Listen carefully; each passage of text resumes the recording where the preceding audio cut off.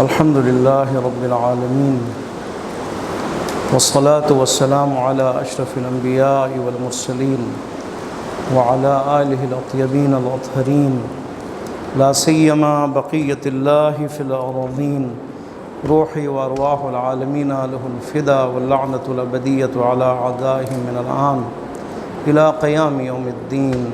رب اشرح لي صدري ويسر لي أمري واحلل عقدة من لساني يفقهوا قولي. أما بعد، قال الله تبارك وتعالى في كتابه المجيد وفرقانه الحميد وقوله الحق. أعوذ بالله من الشيطان الرجيم. بسم الله الرحمن الرحيم. فبما رحمة من الله لنت لهم ولو كنت فظا غليظ القلب لانفضوا من حولك فاعف عنهم واستغفر لهم وشاورهم في الأمر فإذا عزمت فتوكل على الله إن الله يحب المتوكلين. إن ينصركم الله فلا غالب لكم وإن يخذلكم فمن ذا الذي ينصركم من بعده وعلى الله فليتوكل المؤمنون.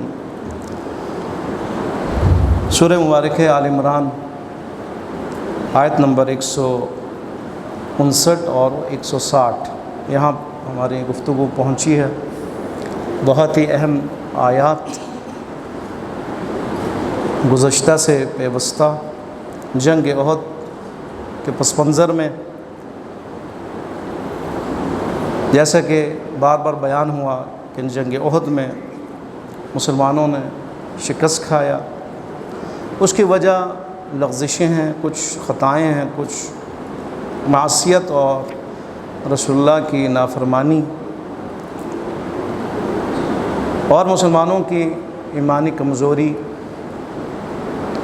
یہ بیان ہوئے جنگ احد کے حوالے سے بار بار بیان ہو رہے ہیں. سورہ آل عمران میں جو زیادہ گفتگو ہوئی وہ جنگ احد کے بارے میں ہوئی ہے، کیونکہ جنگ احد بہت ہی اہم جنگ اور جس سے مسلمانوں نے بہت کچھ سیکھا. کیونکہ شکست کھانے کے بعد جیسے بیان ہوا کہ شکست انسان کی تربیت ہے، شکست انسان کی قوت میں اضافے کا سبب بنتا ہے اگر انسان سمجھے تو. شکست انسان کو مجبور کرتا ہے کہ وہ سمجھے، سوچے، دوبارہ منصوبہ بندی کرے، اپنی کمزوریوں کو پرکھے اور دیکھے اور اس کے بعد اپنی کمزوری کو قوت میں بدلے. چاہے وہ جنگ ہو، چاہے وہ انفرادی کوئی مسائل ہو، جہاں بھی شکست ہے. مثلا اگر آپ جاب کریں اور جاب میں شکست کھا جائے، یا آپ کاروبار کریں، کاروبار آپ کا فیل ہو جائے، تو وہاں پہ آپ نے کاروباری اور معیشتی عنوان سے آپ نے شکست کھایا. لیکن آیا سست ہو جانا ہے، نا امید ہو جانا ہے، بیٹھ جانا ہے، چھوڑ دینا ہے، ہمیشہ کے لیے استعفا دے دینا ہے؟ نہیں، آپ نے دوبارہ اپنے آپ کو اپڈیٹ کرنا ہے، رینیو کرنا ہے، وہ دوبارہ اپنے آپ کو سمجھانا ہے. عوامل جو شکست کا یا اس کمزوری کے جو عوامل اسباب اس کو پرکھنا ہے، انالائسس کرنا ہے، انالائز کرنا ہے، تجزیہ کرنا ہے اور دیکھنا ہے کہ کیا غلطیاں تھیں. اسی لیے جو ہے یہ آیات ان غلطیوں کو بار بار سمجھایا خداوند متعال نے آیات کے ذریعے سے. یہ غلطیاں ہوئیں، اب غلطی نہ کرنا. پھر اگلے جنگوں میں آپ نے دیکھا کہ جنگ خندق میں وہ غلطیاں نہیں ہوئی، پھر چلتا گیا اور آگے فتح مکہ، اور اس کے بعد خود مکہ میں حکومت بھی قائم ہوئی. ٹھیک ہے، اس ایک شکست کی وجہ سے تھا. اس شکست سے رسول اللہ صلی اللہ علیہ وآلہ وسلم کی رہبری میں مسلمانوں نے سبق سیکھا، عبرت لیا انہوں نے. اب دیکھیں ان دو آیتوں میں خطاب رسول خدا صلی اللہ علیہ وآلہ وسلم سے ہے. دیکھیں جنگ احد میں شکست کے بعد مسلمانوں کی غلطیوں کے باوجود، حکم رسول اللہ کی مخالفت کے باوجود، جنگی نظم کو خراب کرنے کے باوجود رسول اللہ سے کیا حکم ہو رہا ہے خداوند متعال کی طرف سے؟ اللہ ولی ہے نا، ولیوں کا ولی کون ہے؟ خود اللہ کے ذات ہے. اللہ ولی الذین آمنوا. خداوند متعال کی ولایت اللہم کن لولیک الحجۃ ابن الحسن. پھر اس کے بعد کیا؟ کن ولیا، یعنی خدا یا امام زمان علیہ السلام آپ کے ولی ہیں، خوب ان کے لیے آپ ولی بن جائیں. یہ دعا ہے نا، آپ جو کرتے ہیں ان کے لیے ولی بن جائے، یعنی سرپرستی کریں۔ امام کی سرپرستی خود خدا فرماتا ہے، نبی کی سرپرستی، رسول اللہ کی سرپرستی خود خداوند متعال کے ذمہ ہے، سمجھانا، بتانا، کمزوریاں بتانا، قوت میں اضافہ کرنا، اور آئندہ لاحمل کیا ہو، شکست کے بعد بدلہ لینا ہے، بہت اہم ہے۔ یعنی مسلمانوں نے کمزوری دکھائی، رسول رہبر ہیں، آیا رسول خدا بائیکاٹ کریں، ان کا ناراضگی کا اظہار کریں، دوبارہ بات نہ کریں، نہیں، فرمایا اب نرم ہونا ہے، آپ نے سخت نہیں ہونا، آپ نے، ٹھیک ہے، آپ نے عفو کرنا ہے، بخشنا ہے، معاف کر دینا ہے، نہ صرف معاف کر دینا بلکہ آئندہ معاملات میں ان سے مشورہ بھی لینا ہے۔ دیکھیں خداوند متعال کی طرف سے آرڈر آ رہا ہے، حکم ہو رہا ہے، بہت ہی عجیب ہے قرآن کا انداز تربیت۔ یعنی خداوند متعال ایسا نہیں کہ جو غلطی کرنے والے کو صرف ڈانٹنا ہے، مذمت کرنا ہے، نہیں، خود ولی، خود رہبر کی تربیت بھی کرنی ہے، انہوں نے کیا کرنا ہے۔ ایسے بحرانوں کے بعد رہبر نے، نبی نے کیا کرنا ہے، انتقام لینا ہے یا معاف کر دینا ہے، کیا کرنا ہے بتا رہے، فَبِمَا رَحْمَةٍ مِّنَ اللَّهِ لِنتَ لَهُمْ، معاف کر دینا ہے، بلکہ ان کے لیے دعا کرنا ہے۔ اس نقطے پہ ابھی گفتگو ہوگی، آپ دیکھیں گے، بہت اہم نقطے ہیں ہمارے لیے بھی ہے۔ یعنی یہ جو اس معاملے میں جو گفتگو ہو رہی ہے، شکست کے بعد، کمزوری کے بعد، بے وفائی کے بعد، حتیٰ کہ غداری کے بعد، رسول خدا صلی اللہ علیہ وسلم نے اپنے رحمت کے جلوے دکھا رہے ہیں۔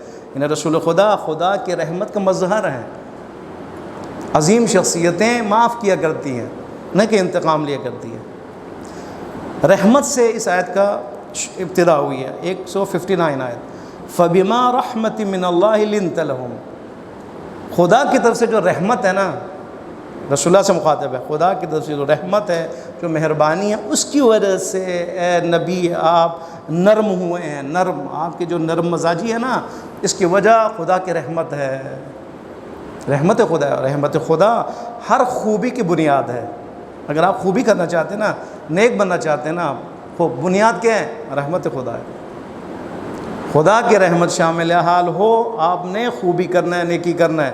اور یاد رکھیں، جب بھی خداوند متعال آپ کو توفیق خوبی دے، نیکی کا اور خدمت کا موقع دے، سمجھے رحمت خدا شامل حال ہے، ٹھیک ہے۔ نماز ظہر کی آیت میں کیا ہے؟ اللہم انی اسألک موجبات رحمتک، خدایا میں تجھ سے چاہتا ہوں کیا؟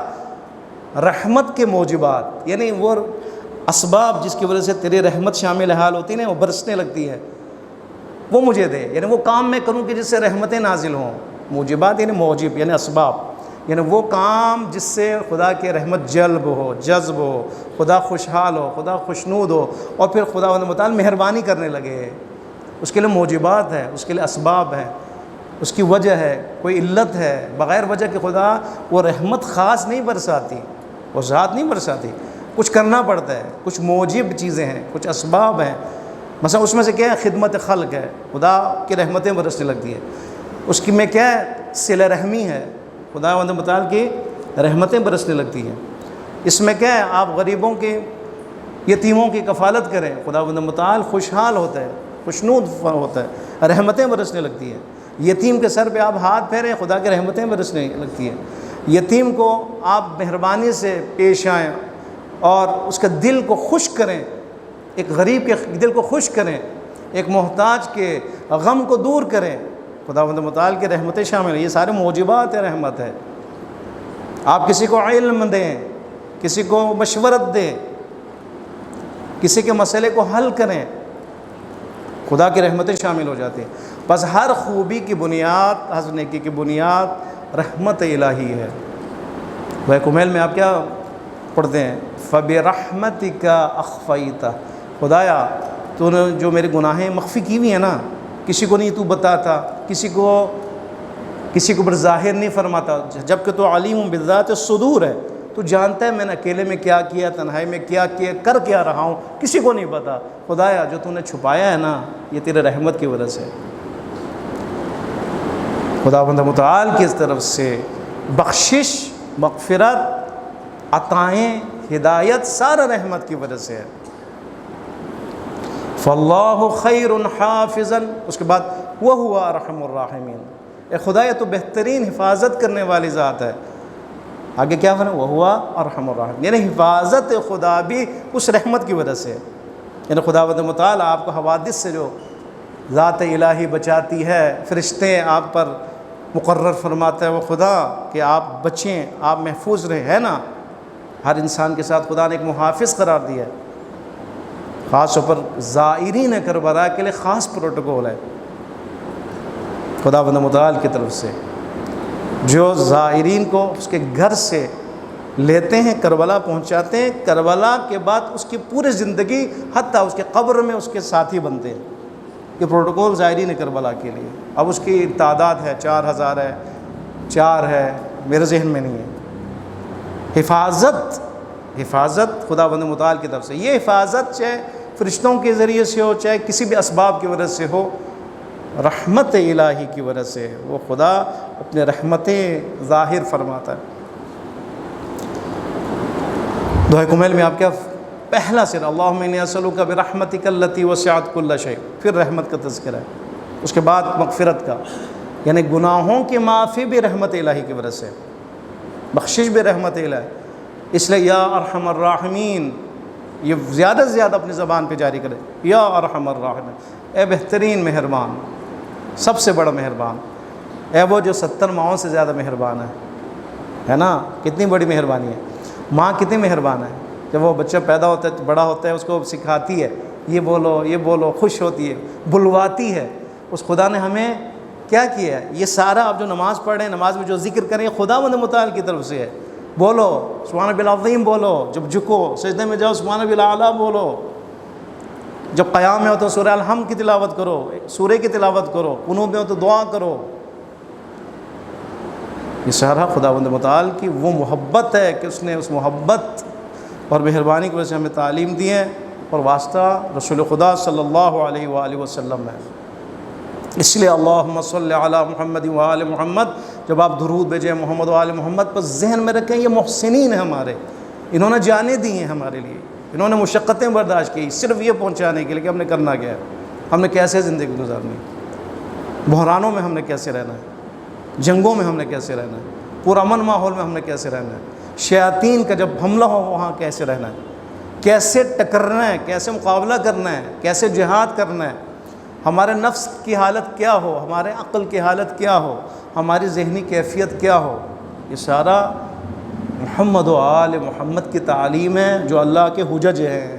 اس لیے اس تشکر کے طور پر درود بر محمد و آل محمد ہے، صلوات بھیجیے، اللہم صلی علی محمد و آل فبما رحمت من اللہ لنت لہم، اے رسول خدا، اے میرے رسول، اے میرے نبی، جو تو نرم ہے نا، بھی نرم مزاج، یہ خدا کی رحمت کی وجہ سے۔ وَلَوْ كُنْتَ فَظًّا غَلِيظَ الْقَلْبِ، اب رحمت خدا نرم مزاجی کے مقابلے میں 2 چیزوں کا ذکر ہوا ہے، فَظًّا ایک، غلیظ القلب 2۔ فَظًّا کسے کہتے ہیں؟ ظاہری سختی، غلیظ القلب اندرونی سختی، یعنی سخت مزاج ہوتا ہے نا انسان، ایک سخت مزاجی اس کے ظاہر ہوتی ہے اس کے رویوں سے، دیکھنے کا انداز بتا رہا ہوتا ہے وہ سخت ہے یا نہیں ہے، اس کی چہرے کا جو رنگت ہے وہ بتا رہا ہوتا ہے کہ بتا رہی ہوتی ہے کہ وہ کیا سخت مزاج ہے یا نہیں ہے، اس کا سلام کرنے کا انداز بتا رہا ہوتا ہے وہ سخت مزاج ہے یا نہیں، اس کی گفتگو بتا رہی ہوتی ہے کہ وہ سخت مزاج ہے یا نہیں ہے، حتیٰ کہ اس کے بیٹھنے اور اٹھنے کا انداز بتا رہا ہوتا ہے کہ وہ کس حالت میں، غصے میں ہے، سختی میں ہے، کیا بتانا چاہ رہا ہے۔ یہ ہے ظاہری سختی، یعنی ظاہری طور پر جو اس کی سخت مزاجی ہے وہ ظاہر ہو رہی تھی، اس کو کہتے ہیں فظًّا، فظًّا۔ ایک ہے اندرونی طور پر انسان سخت مزاج ہوتا ہے، باہر سے بڑا نرم ہے، السلام علیکم، ہنس مکھ ہے، بڑا شاداب ہے، اندر سے وہ سخت ہے، غلیظ القلب، اندرونی سختی، قلبی سختی۔ رویہ بڑا اچھا ہے باہر کا، السلام علیکم، ہنس مکھ، چہرے میں شادابی، لیکن اندر اس کے خشک مزاجی ہے، اس کا دل سخت ہے، بے رحم ہے۔ بس یہ 2 چیزیں یہ دو سختیاں کیوں بیان کی؟ اس لیے کہ لوگ دو قسم کے ہوتے ہیں. ایک وہ ہوتے ہیں کہ جن کا ظاہر بڑا اچھا ہے، نرم ہے، اندر بڑا سخت ہے. ایک قسم کے وہ لوگ ہیں جو اندر سے کیا ہے؟ نرم ہے، باہر سے سخت ہے. رسول خدا کی ہستی وہ ہے کہ جو نہ ظاہر سے سخت مزاج نہ باہر سے. یہ ہے رسول خدا، سختی ہے ہی نہیں ہے. اسی لیے فرمایا رحمۃ من اللہ، خدا نے خاص طور پر اس نرمی کا تذکرہ کیا کہ وہ نرمی اللہ کی دین ہے، اللہ کی رحمت ہے، اللہ کی نعمت ہے. اللہ نے بیان کیا، فرمایا لوگوں کو کا احساس نہ ہونا اندرونی سختی ہے. ٹھیک ہے نا؟ ایک فقیر فریاد بلند کرے میں محتاج ہوں، بچوں کے لیے فیس کے پیسے نہیں ہیں اور کھانے کے پیسے نہیں ہیں، اور انسان پہ اثر نہ ہو، یہ اندرونی سختی ہے. دل سخت ہو گیا اس کا، غلیظ القلب ہے. ممکن ہے فظن نہ ہو، بڑا اچھا ہو، سامنے اخلاق اچھا ہو، لیکن اندر جو ہے دل اس کا سخت ہو گیا. دل سخت، اس کا یہ مطلب نہیں کہ وہ ظاہری طور پر بھی نرم ہو، نہیں. ممکن ہے دل سخت ہو اور ظاہر بھی سخت ہو. ممکن ہے دل سخت ہو، باہر نرم ہو، منافقت ہو، کچھ اور دکھانا چاہ رہا ہو. اے رسول اگر تو فظن ہوتے، یعنی آپ ظاہری طور پر سخت ہوتے، سخت مزاج ہوتے، گفتگو سخت ہوتی، چہرہ آپ کا جو ہے نا اس سے پتہ چلتا آپ بڑے سخت مزاج ہیں. غلیظ القلب، اگر آپ اندرونی طور پر بھی قلبی طور پر بھی سخت ہوتے، لانفضوا من حولک، لوگ آپ سے نکل جاتے، منتشر ہو جاتے، لوگ بھاگ جاتے، فرار کرتے، آپ کی طرف جذب نہ ہوتے. بس اس کا مطلب ہے ایک رہبر دینی کی جو خاص اوصاف میں سے ایک صفت ہے، وہ کیا ہے؟ نرم مزاجی، لوگوں کو اپنی طرف جذب کرنا. لوگ آئیں، لوگ بیٹھیں، نہ کہ اس کے چہرے کو دیکھ کر بھاگ جائیں اور نہیں میں نے نہیں جانا اس کے پاس، وہ تو عجیب ہے. لانفضوا من حولک، لوگ بکھر جاتے. رہبر الہی دافعہ رکھتے ہیں، جاذبہ رکھتے ہیں، نہ کہ دافعہ. اب آپ بھی اگر مثلا ہر انسان باپ رہبر ہے اپنے گھر کے اندر، اگر باپ نے رہبری کرنا ہے، اپنے اولاد کی تربیت کرنی ہے، تو وہ کیا کرے؟ نرم مزاج ہو جائے، وہ با اخلاق ہو جائے، وہ جذب کرے اپنے اولادوں کو. نہ کہ وہ گھر آئے تو سارے بکھر جائیں، اوپر کمرے میں کہ ادھر کمرے میں، کوئی بھاگ جائے، ابا آ گئے جی، والد محترم آ جائے، سارے جذب ہوتے ہوئے نظر ہے، اس مقناطیس کی طرح جس کی طرف اگر آپ بکھیر دیں کیل، سارے کیل اس مقناطیس کی طرف آتے ہیں اور چمٹ جاتے ہیں. ایسا ہونا چاہیے باپ کو. اگر ایسا ہو پھر اس کے بعد آپ دیکھیں تربیت کا کتنا اثر ہوتا ہے. کیونکہ اگر اولاد نزدیک ہوں تو پھر مشاہدہ کریں گے نا باپ کیسا ہے. باپ اگر مومن بھی ہو، متقی بھی ہو، عادتیں اس بڑی بہترین ہو، اخلاق اس کا اچھا ہو، حلال کماتا ہو، سب کچھ ہو، لیکن وہ اولاد دور ہے، کیا فائدہ اس کا؟ اولاد نزدیک ہوں، جذب ہوں، مشاہدہ کریں اپنے باپ کے اعمال کو، اس کے کردار کو، اس کی عادتوں کو، اس کی گفتگو کو، اس کے حتی کے لباس کو، اس کے اٹھنے بیٹھنے کو، اس کی نماز کو. اے رسول اگر آپ ایسے ہوتے، فظن ہوتے، زوئیں سے فظن غلیظ القلب، لانفضوا، بکھر جاتے لوگ. بس لوگوں کا آپ کی طرف آنا، جذب ہونا کس وجہ سے؟ اس سے کہ آپ کے ظاہر بھی نرم ہے، آپ کا باطن بھی نرم ہے، گفتگو بھی نرم ہے، آپ کا دل بھی نرم ہے، دونوں ہیں. فاعف عنہم، فاعف عنہم. اب دیکھیں تین خداوند متعال نے عظیم ہدایتیں کی ہیں. یہ کب ہو رہا ہے؟ یہ آپ کے ذہن میں رکھیں. جنگ احد میں شکست کے بعد، کمزوریاں دیکھنے کے بعد، اس رہبر نے اپنے ماتحت ان مسلمانوں میں منافقین کو بھی دیکھا ہے، کمزوروں کو بھی دیکھا ہے، خائنین کو بھی دیکھا ہے، بھاگنے والوں کو بھی دیکھا ہے، جن کی وجہ سے وہ بھی دیکھیں جو مال غنیمت پر ٹوٹ پڑے اور شکست کا سبب بنے، ان کو دیکھا ہے. ان کو دیکھنے کے بعد خداوند متعال نے کیا فرمایا؟ فاعف عنہم، ان کو معاف کر دو. عفو کا کیا مطلب ہے؟ عفو یعنی اس طرح معاف کر دو کہ کچھ ہوا ہی نہیں ہے. عفو یعنی دل سے کینے کا نکال دینا. مختلف حال ہیں. آج جب آپ کسی کو معاف کرتے ہیں محترم، ایک دفعہ یہ کہ آپ بدلہ نہیں لیتے، اس نے آپ پہ ظلم کیا، زیادتی کی، جو بھی کیا ہو، آپ نے کہا میں اب بدلہ نہیں لیتا ہوں. یہ ہے کہ معاف کرنے کا طریقہ. ایک یہ کہ آپ نے اس کو معاف کیا ہے, دل میں ابھی بھی اس کے لیے کینہ موجود ہے. جب بھی آپ دیکھتے ہیں معاف کیا آپ نے, ٹھیک ہے, اس کو معاف کیا, اس کے جو اس نے دینے تھے آپ نے کہا چلو میں نے بخش دیا, آپ کو معاف کر دیا, لیکن دل میں کینہ جب بھی آپ دیکھتے ہیں تو ایک دم یاد آ جاتا ہے, نفرت ہوتی ہے, دوبارہ وہ چہرے پہ آثار نظر آتے ہیں, وہ دیکھتا ہے یہ ابھی بھی ناراض ہے. عف کسے کہتے ہیں؟ عف یعنی بالکل آپ ایسے ہو جائیں جیسے کچھ ہوا ہی نہیں.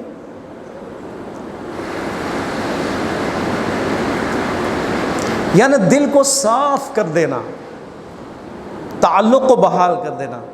پتہ چل گیا آپ نے؟ یعنی دل کو مکمل اس کے لیے صاف کریں اور تعلق بالکل ایسا ہی ہو جائے جو اس غلطی سے پہلے ہے, وہ کہ کچھ ہو ہی نہیں, وہ شرمندہ نہ ہو.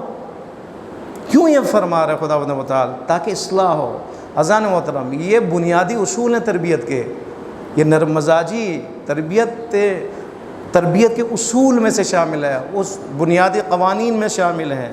نرم مزاج ہونا, اس کے بعد معاف کر دینا. بچے نے کیا کی غلطی کی ہے تو ہوتا کیا اکثر ڈانٹتا ہے, اس کے بعد اس کو ممکن ہے تھوڑی لگے بھی, اس کے بعد پھر بھی باپ کے دل میں ماں کے دل میں وہ کینہ رہتا ہے, دوبارہ تکرار ہوتا ہے. بیٹے دیکھا وہ کیا کیا تھا, دیکھا اس دن کیا ہوا تھا, پھر دوبارہ وہ تکرار کرتے ہیں, غلطیوں کو دہراتے ہیں, باپ اس کو بتاتے ہیں. اذان محترم, یہ تربیت کے خلاف ہے. اگر آپ نے تربیت کرنا ہے تو بالکل عفو کریں, نہ کہ یاد دلائیں, نہ کہ اس کی شخصیت کشی کریں, نہ کہ اس کو انسلٹ کریں. کیوں؟ اس لیے کہ تربیت اگر کسی نے کرنی ہے تو اس کو یہ کرنا پڑے گا, معاف کرنا پڑے گا. معافی بھی کیا؟ عفو والی معافی, چشم پوشی, بلکہ اس سے بھی آگے دل بھی صاف کر دینا تاکہ جذب ہو. پھر وہی بات آئے گی, تاکہ یہ آپ کی طرف جذب ہو. اگر کینہ رہے دل میں, نہ آپ اس کو اصلاح کر سکیں گے, نہ وہ آپ کے پاس آئے گا. ہمارے گھروں میں یہی ہوتا ہے اکثر, باپ اور بچوں اولاد کے درمیان میں جو مسائل ہے, بہو اور ساس کے درمیان میں جو مسائل ہے, بہنوں کے آپس میں جو مسائل ہے, باقی مسائل, ان میں یہی ہے.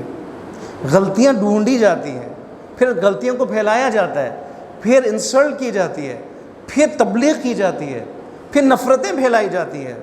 اصول اسلامی کے خلاف ہے. آپ کو غلطی نظر آ جائے, آپ غلطی کو اگر آپ اصلاح کرنا چاہتے ہیں تو عفو کریں اس غلطی کو, تاکہ اصلاح کے لیے زمینہ فراہم ہو, میدان فراہم ہو. لہٰذا آپ دیکھیں جنگ احد کے اس ماجرے کو, اس کے بعد آپ نے ہدایت کی اللہ نے, اے رسول فاعف عنہم, ان کو معاف کر دو, عفو کر دو. یعنی ان کو بالکل اس طرح کہ انہوں نے کچھ غلطی ہی نہیں کی. احد کی اتنی بڑی غلطیاں سمجھے غلطی نہیں ہے.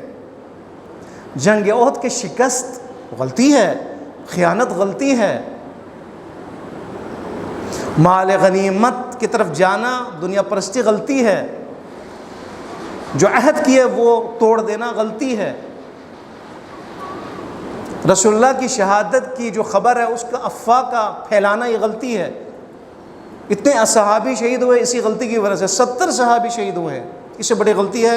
ایک خداوند متعال کیا فرما رہا ہے, اے رسول, یا رسول اللہ, اے میرے رسول, اے رہبر, اے لوگوں کے رہنما, اے نبی, اے میرے پیغام لے کے جانے والے, فاعف عنہم, معاف کر دو ان کو. اور ایسی معافی کہ گویا کچھ ہوا ہی نہیں ہے, چاہے وہ ذاتی ہو چاہے وہ دوسرا. اس کے بعد فرماتے ہیں واستغفر لہم, صرف یہ نہیں کہ عفو کرو بلکہ دعا بھی کرو. دیکھ لیں ہم نے یہ دونوں ملائیں. آپ عفو کے بعد دعا ممکن ہے, ٹھیک ہے نا. آپ دیکھیں ایسے لوگ جو انہوں نے بڑی غلطیاں کی ہیں, اگر آپ صرف معاف کر دیں گے, دل میں کینہ ہوگا تو دعا ہوگی ان کے لیے, استغفار ہوگا ان کے لیے, نہیں ہوگا. ہوگا؟ آپ بتائیں, آپ بولیں ساتھ ساتھ, ٹھیک ہے نا. اگر آپ کا دل صاف نہ ہو, آپ کہیں گے خدا ان کو معاف فرما, استغفر اللہ ربی و اتوب الیہ, ان کی طرف سے میں استغفار کرتا ہوں, خدایا ان پر اپنی رحمتیں نازل کر. یہ دعا, یہ استغفار اس وقت ممکن ہے جب آپ عفو کریں, دل کو صاف کریں, تب ممکن ہے.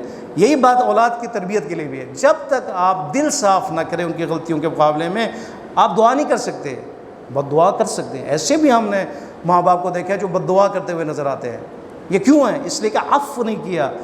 معافی دی ہے، ظاہری معافی دی ہے، وہ بھی مصلحت کے لیے، وہ بھی پتری کے تعلق بحال رہے، تاکہ جو ہے نا مسئلہ نہ ہو، تاکہ بعد میں بے ادب نہ ہو، تاکہ اس کے فائدے مجھے ملیں، ٹھیک ہے نہیں، وہ مصالح کو ذہن میں رکھتے ہوئے۔ لیکن اگر کو اس کے ذہن میں تربیت ہو، اس کی جنت اس کے سامنے ہو، جہنم سے بچانا ہو، اللہ کی رضا ہو، تو کبھی یہ ایسا نہیں کرے گا۔ فَاعْفُ عَنْهُمْ، ایک وَاسْتَغْفِرْ لَهُمْ، دعا کرو ان کے لیے، استغفار کرو، ان اصحاب کے لیے دعا کرو جنہوں نے غلطیاں کی ہیں۔ اس کے بعد آپ دیتے ہیں وَشَاوِرْهُمْ، ان کو مشوروں میں بھی لے کے آؤ، یعنی ان سے مشورت بھی کرو۔ عزیزاً آپ ان پر غور کریں، آپ حیران ہو جائیں کہ خداوند متعال کا تربیتی نظام کتنا عجیب ہے۔ یعنی کہ نہ صرف ان کو عفو کرو، نہ صرف ان کے لیے دعا کرو، استغفار کرو، بلکہ کسی بھی اہم معاملات میں ان کو بلاؤ، آؤ، تمہارا مشورہ چاہیے۔ ایسا نہیں کہ رسول اللہ مشورے کا محتاج ہے، رسول خدا معصوم ہستی ہے، لیکن تاکہ انسانوں کی عزت بحال رہے، ان کو شخصیت دی جائے، ٹھیک ہے نا، ان کو معاشرے میں شخصیت چاہیے ہوتی ہے، ان کی شخصیت بحال ہونی چاہیے۔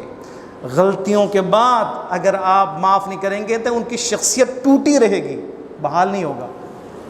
بار بار تکرار انسان کو توڑ دیتا ہے اندر سے، بار بار ان کی غلطی دہرانا، غلطی بتانا انسان کو توڑ دیتا ہے، اور اس کو جری بنا دیتا ہے، اس کو جرأت مند بنا دیتا ہے کہ اگر ایسا ہے تو پھر میں اور کرتا ہوں۔ اگر یہی تمہارا رویہ ہے کہ تم بار بار مجھے ٹوکو، بار بار دہراؤ، وہ رشتہ دار آ رہا ہے اس کے بعد دہرایا جا رہا ہے، فلاں رشتہ دار آتا ہے، میرے بیٹے نے یہ کیا، فلاں آ رہا ہے دوبارہ تکرار کر رہا ہے، اس نے یہ کیا، خوب میں پھر کرتا ہوں، پھر اگر میری عزت نہیں ہے تو میں پھر اس کو بار بار تکرار کرتا ہوں، جرم پہ جرم کرتا ہوں۔ خدا نے کیا فرمایا؟ اس کو روکو، ضد کو روکو۔ ضد روکنے کا جو طریقہ ہے وہ کیا ہے؟ معاف کر دینا، دعا کرنا، اور اس کو اپنے معاملات میں شریک قرار دینا۔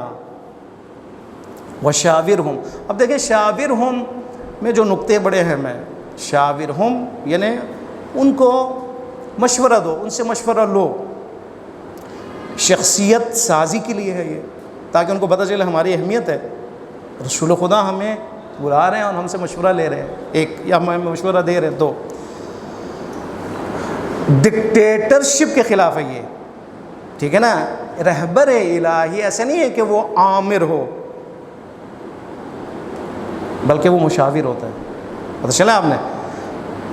شاورہم میں جو نقطے ہیں توجہ کیجئے گا، شاورہم یعنی آپ ایک تو ان کو شخصیت دے رہے ہیں غلطیوں کے بعد، جنگ احد میں اتنی بڑی غلطیوں کے بعد ان کو بلانا، دعا کرنا، ان کو عفو کرنا، اس کے بعد ان کو بلانا، فلان معاملے میں ہمیں مشورہ دیں، ان کی شخصیت سازی ہے، شخصیت ڈیولپ کرنا ہے، ان کو اہمیت دینا ہے، ان کو اعتماد دینا ہے، ان کو عزت دینا ہے، اور کیا ہے؟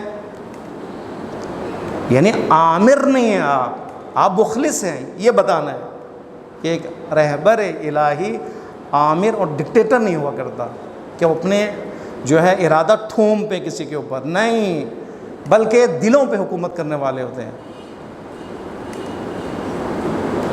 اور ان کے مفاد کا سوچنے والے ہوتے ہیں اور ان کی خوشنودی اور ان کے ترقی کے لیے کام کرنے والے ہوتے ہیں اور ان کے مشورے اور ان کی ہدایت کو اہمیت دینے والے ہوتے ہیں، ان کی بات کو اہمیت دینے والے ہوتے ہیں۔ جبکہ آج کی دنیا میں کیا ہے؟ نہیں، ہم کیوں کریں، میں تو بڑا ہوں، میری تو کرسی ہے، میں تو آفیسر ہوں، میں کیوں مشورہ دے دوں۔ حتیٰ کہ ہم نے دیکھا ہے وہ افراد کے جو مثلا بیوروکریٹ ہیں، اپنے گھر میں بھی یہی ان کا رویہ ہوتا ہے، بڑا ہوں بس کیوں مشورہ لوں، میں تو مشورہ دینے والا۔ خدا نے فرمایا رسول بھی ہیں، پھر بھی ان کی عزت کی خاطر، ان کے اعتماد کی خاطر، ان کو جذب کرنے کی خاطر، ان کی خاطر، ان کی عزت کی خاطر انہیں بلائیں، ان سے مشورہ لیں، ان کو مشورہ دیں، ان کو معاف کر دیں، ان کے لیے دعا کریں، ان کے لیے استغفار کریں۔ ایک اجتماعی وحدت ہے اس میں۔ جب آپ ایک رہبر کہیں آئیں مشورہ کے لیے، آپ کے مشوروں کی ضرورت ہے یا میں مشورہ دینا چاہتا ہوں، کیا مطلب؟ یعنی آپ وحدت کو فروغ دے رہے ہیں، ٹھیک ہے نا، آپ سب کو ایک کر رہے ہیں، آپ درمیان میں متحد کر رہے ہیں لوگوں کو اپنی رہبری میں۔ آگے دیکھیں آیت نمبر 159 میں ایک دفعہ ایک ترجمہ تاکہ آپ کے لیے بات آسان ہو جائے. اے رسول، اللہ کی اس رحمت کی وجہ سے آپ نرم ہیں یا نرم خو ہیں. اگر آپ ظاہری طور پر سخت ہوتے، سخت مزاج ہوتے، غلیظ القلب، اندرونی طور پر دل بھی اگر آپ کا سخت ہوتا، لانفضوا من حولک، یہ لوگ آپ سے بکھر جاتے، دور ہو جاتے. اب کیا کرنا ہے آپ نے اتنی غلطیوں کے بعد؟ کیونکہ آپ نرم ہیں، نرم مزاج ہیں، وہ بھی اللہ کی رحمت کی وجہ سے ہیں. آپ نے کیا کرنا ہے؟ اس کا مظاہرہ کرنا ہے. نرمی کا مظاہرہ کیا ہے؟ عفو ہے. فاعف عنہم، ان کو معاف کر دو، عفو کر دو. نہ صرف معاف، واستغفر لہم، ان کے لیے مغفرت کی دعا کرو کہ اللہ ان کو معاف کر دے. وشاورہم فی الامر، اور امر میں ان سے مشورہ لے. شاورہم، یا ان سے مشورہ دیں. فَإِذَا عَزَمْتَ فَتَوَكَّلْ عَلَى اللَّهِ، اس کے بعد فرماتے ہیں جب بھی تم عزم کرو کسی کام کے لیے، ارادہ کرو، پکا ارادہ کرو. عزم یعنی پکا ارادہ. جب بھی کسی کام کا ارادہ کرو، فَتَوَكَّلْ عَلَى اللَّهِ، اللہ پہ توکل کرو. ان اللہ یحب المتوکلین، اللہ توکل کرنے والوں کو پسند فرماتا ہے، محبت کرتے ہیں. محبت خدا کن کے لیے؟ محسنین کے لیے. محبت خدا کن کے لیے؟ متقین کے لیے. اور محبت خدا کن کے لیے؟ متوکلین کے لیے، جو بھروسہ کرتے ہیں.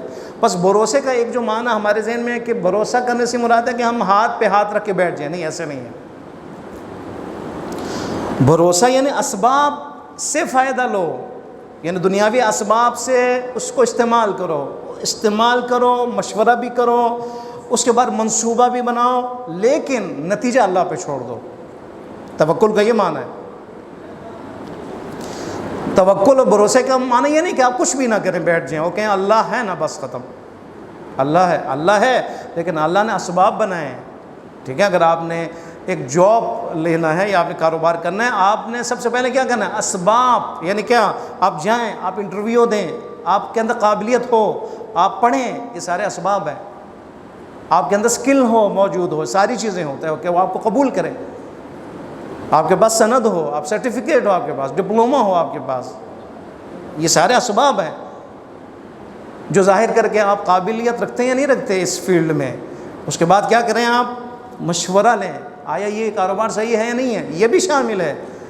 اور اس کے بعد آپ منصوبہ بندی کریں کہ میں نے کاروبار میں کیا کیا رکھنا ہے، کیا کیا لینا ہے. یہ سارے تینوں شامل ہیں. اس کے بعد یعنی اسباب اختیار کرنے کے بعد، مشورہ لینے کے بعد، منصوبہ اختیار کرنے کے بعد، پھر آپ اللہ پہ توکل کریں. بس توکل کا یہ معنی نہیں کہ انسان سست ہو جائے، سستی نہیں ہے، بلکہ بھرپور کوشش کے بعد، منصوبہ بندی کے بعد، عمل کے بعد نتیجہ اللہ پہ چھوڑ دے. یہ ہے. اب نتیجہ جو بھی ہو، شاید نتیجہ مثبت ہو، شاید نتیجہ جو ہے وہ منفی ہو، لیکن آپ نے کیونکہ اپنا کام کیا ہے اور محنت کی ہے، اس کا مطلب ہے نتیجہ جو آپ کے ذہن کے مطابق نہیں آیا، مصلحت الہی ہے کہ وہ ابھی انجام نہ پائے. یہ ہے اس سے مراد. ان ینصرکم اللہ فلا غالب لکم. آخری آیت دیکھیں. اگر اللہ تمہاری مدد کرے، فلا غالب لکم، کوئی ہے کہ جو تم پر غلبہ حاصل کرے. وَإِنْ يَخْذُلْكُمْ، اگر خدا پیچھے ہٹ جائے. دو چیزیں، نصرت اور خذلان اپوزٹ ہے. نصرت یعنی خدا اپنی مدد دے، مدد شامل حال ہو. خذل یعنی خدا پیچھے ہٹ جائے. دو چیزیں. ٹھیک ہے. اگر خدا ینصرکم، تمہاری مدد کرے، ناصر بن جائے تمہارا، فلا غالب لکم، کون ہے تو تمہارے پہ غلبہ حاصل کرے. اگر خداوند متعال کی مدد آج ایران اسلامی انقلابیون کے اوپر نہ ہوتی تو آپ بتائیں امریکہ اور اسرائیل کے لیے کیا ہے کوئی؟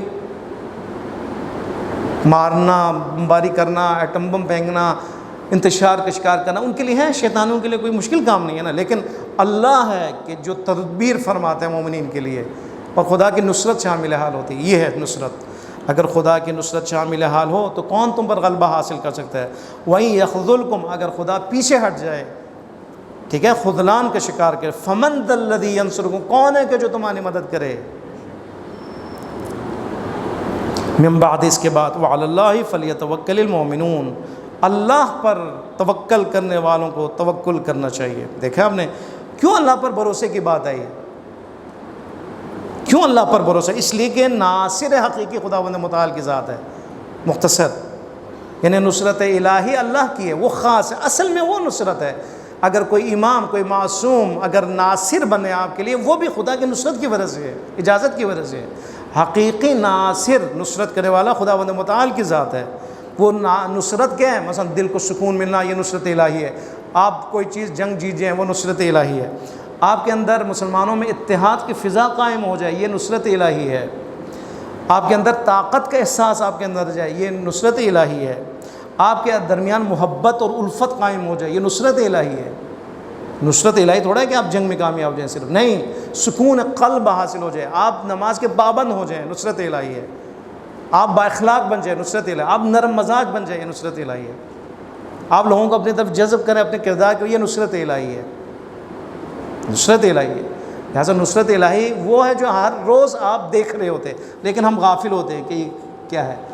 نصرت آپ کے اولاد آپ کے تابع بن جائیں، یہ نصرت الہی ہے. آپ کے اولاد نمازی بن جائیں، نصرت الہی ہے. آپ کی بیٹی باحجاب بن جائے، نصرت الہی ہے. آپ وہ مسجد میں آنا شروع ہو جائیں، نصرت الہی ہے. خذلان، ہاں خذلان، اگر خداوند متعال پیچھے ہٹ جائے، نصرت ختم. یہ سب سے بڑی آفت ہے. یہ کب ہوتا ہے؟ جب انسان غرور میں مبتلا ہوتا ہے. جب انسان مغرور اور متکبر ہو جاتا ہے، خدا اپنی نصرت کو ہٹا دیتا ہے. جب یہ انسان نافرمان ہو جاتا ہے، خدا اپنی نصرت کو ہٹا لیتا ہے. خزل یعنی خذلان کا شکار ہو جاتا ہے. جب انسان اللہ پر بھروسہ چھوڑ دے تو یہ انسان خدا اپنی نصرت کو ہٹا دیتے ہیں. جب انسان صرف ظاہری اسباب کو حقیقی سبب مان لے، اللہ کو بھول جائے، نصرت الہی جو ہے وہ ہٹ جاتی ہے. دیکھ لیا آپ نے کتنا اہم ہے. بس اگر وہ اللہ تمہاری مدد کرے، کون ہے جو تمہارے اوپر غلبہ حاصل کرے؟ اگر وہ خدا نصرت ہٹا دے، مدد چھوڑ دے، پیچھے ہٹ جائے، حال پر چھوڑ دے، تمہاری مدد نہ کرے، کون ہے جو تمہاری مدد کرے؟ کوئی بھی نہیں ہوگا جو تمہاری مدد کرے. من بعد، اس کے بعد، یعنی اس خذل کے بعد. بس مومنین کو چاہیے کہ وہ اللہ پر توکل کرے، اللہ پر بھروسہ کرے. لیکن یہ بھروسہ کب؟ جب انسان کچھ کرے، کردار ادا کرے، منصوبہ بندی کرے، مشورہ کرے، اس کے بعد انشاءاللہ خداوند متعال ہم سب کو متوکلین میں شامل فرمائے انشاءاللہ. خدا